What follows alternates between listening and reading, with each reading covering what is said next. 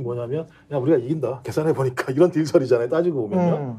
나경원이라는 사람이 나왔을 때 저출산위원장에서 본인이 당대표인 거 나오려고 그랬더니 그냥 해고시켜가지고 아예 죽여버렸잖아요. 대통령실에서.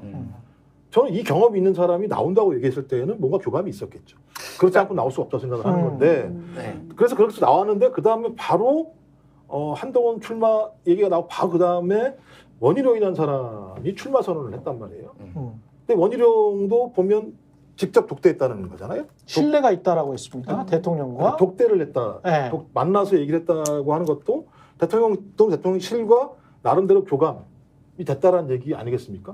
저는 제가 볼 때는 내부에서 아마 보고가 어떻게 올라가는지 모르겠습니다만 결선에 대한 얘기가 올라갈 수도 있다고 대통령한테.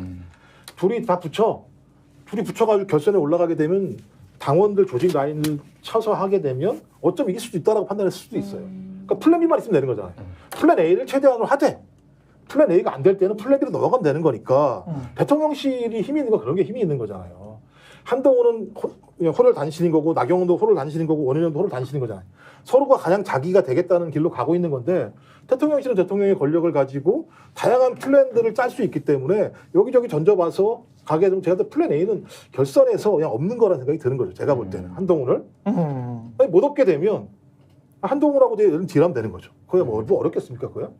제가 볼 땐 전 둘 중에 하나라고 보는 거예요. 제 생각에는. 윤심이 원희룡이나 나경원에게 있다. 저는 원희룡에게 있다고 보는 거예요. 원희룡에게 있다. 맨 뒤에 받은 사람이 일단 마지막 받은 사람이 저기 아니겠어요? 누가 뭐라고 얘기해도. 나경원 의원 측은 지금 친윤들한테 굉장히 빡쳐 있다고 합니다. 이것도 저희가 이제 소식통으로부터 들은 건데 하지만 그거를 표현을 못 해요. 그러니까 친윤들이 거의 버선바람으로 와가지고 출마 좀 해주십시오. 거의 이 수준으로 했다라는 거야. 그러니까 이게 아무도 막 안 하려고 하고 친윤 주자가 없으니 그러니까 거의 너를 옹립해줄게. 우리가 전폭적으로 지원해줄게. 그래가지고 나경원 의원이 뭐 소위 말해서 난가병 뭐 있다고 그러잖아요. 이번에도 난가 뭐 하면서 이제 출마를 자주 한다라는 건데 고민을 진짜 많이 했대요. 출마를 할지 말지에 대해서. 근데 친윤들이 이 정도로 해주면은 한번 붙어볼 만하다라고 해서 본인 출마 선언을 했는데 갑자기 원희룡이 딱 나오니까 그 배신감이 장난이 아니라는 거예요 지금. 그렇겠습니다. 근데 나경원 의원은 장점이 뭐가 있냐면은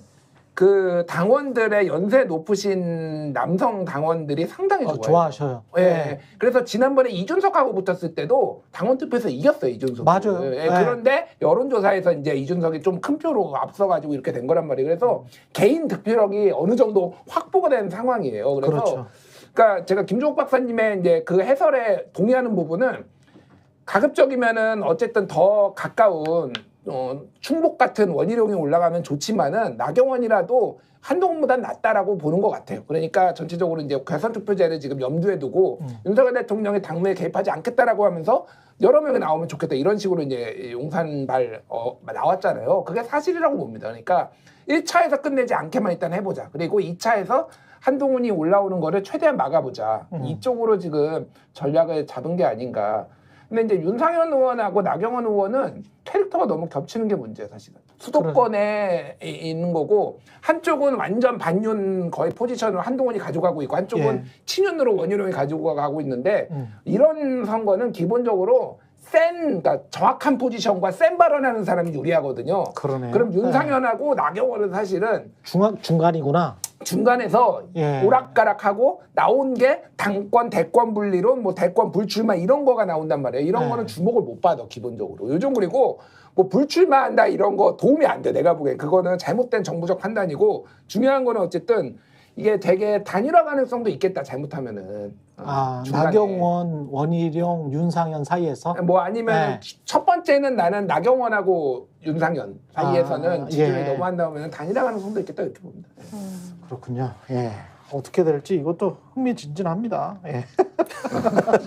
7월 28일까지 계속 진행이 되는 거죠? 7월 28일까지. 예. 근데 이거에 따라서 최상병 특검이나 김건희 특검이 어떤 108석이 이 사람들에 따라서 누가 되느냐에 따라서 왔다 갔다 할까?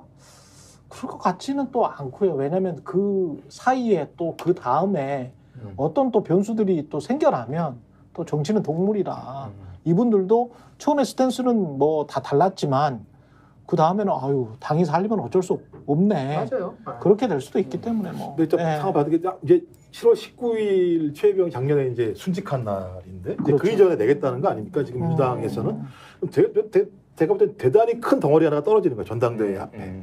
그 입장을 가지고요. 뭐 예를 들면 윤석열 정권을 살려야 되겠다고 생각하는 당원들의 힘들이 압도적으로 높아지게 되면 최혜병 특검 문제와 관련해서 다른 방향의 선택을 할 수 있는 측면들이 분명히 있는 거죠. 그러네. 지금 상황을 보게 되면, 그러니까 예. 아주 지금 복잡한 지금 수순들이 지금, 맞아. 지금 앞에 놓여 있는 거고요.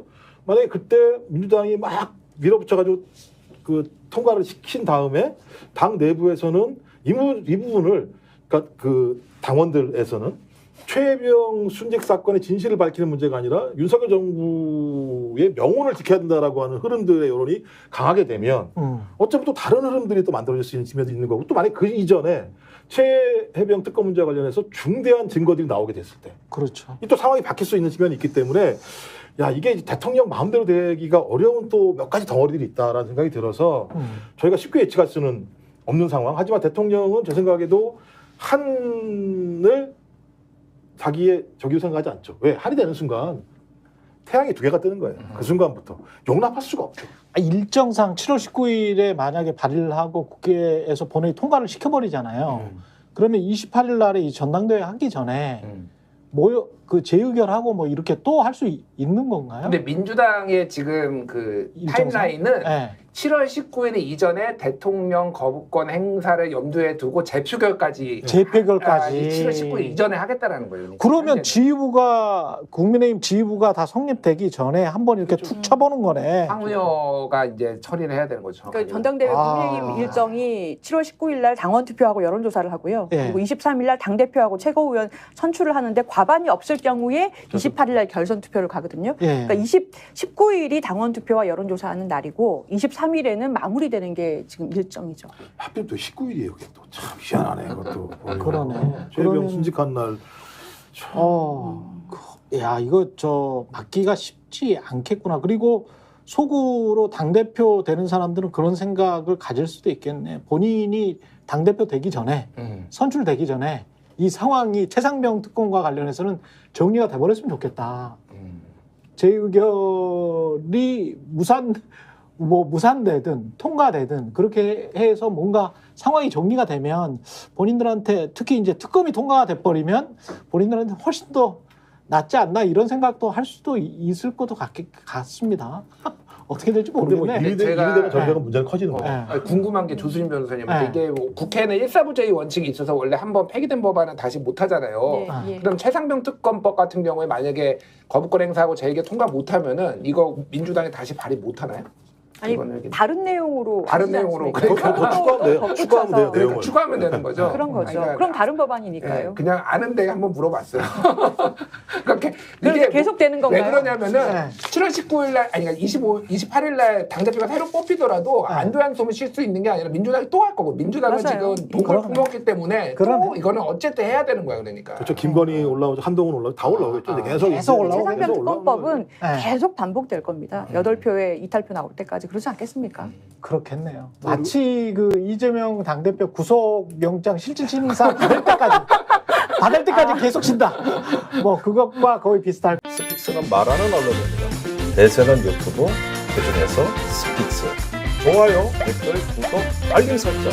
여러분이 저희를 사랑해 주시고 우리가 여러분을 사랑하는 4가지 방법입니다.